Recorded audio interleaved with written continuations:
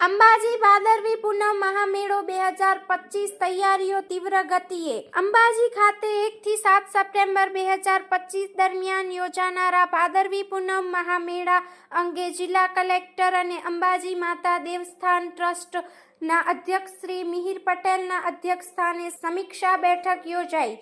મેળાના સુચારુ આયોજન માટે કુલ 29 સમિતિઓની કામગીરીની સમીક્ષા કરી માર્ગદર્શન આપ્યું.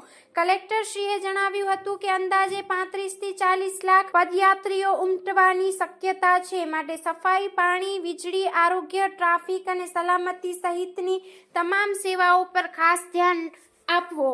મેળામાં સ્વચ્છતા એ જ સેવા સૂત્ર હેઠળ 1500 થી વધુ સફાઈ કર્મી કામમાં જોડાશે. 5000 જેટલા પોલીસ સ્ટાફ સાથે 8 સેક્ટર અને 16 ઝોનમાં સુરક્ષા વ્યવસ્થા રહેશે.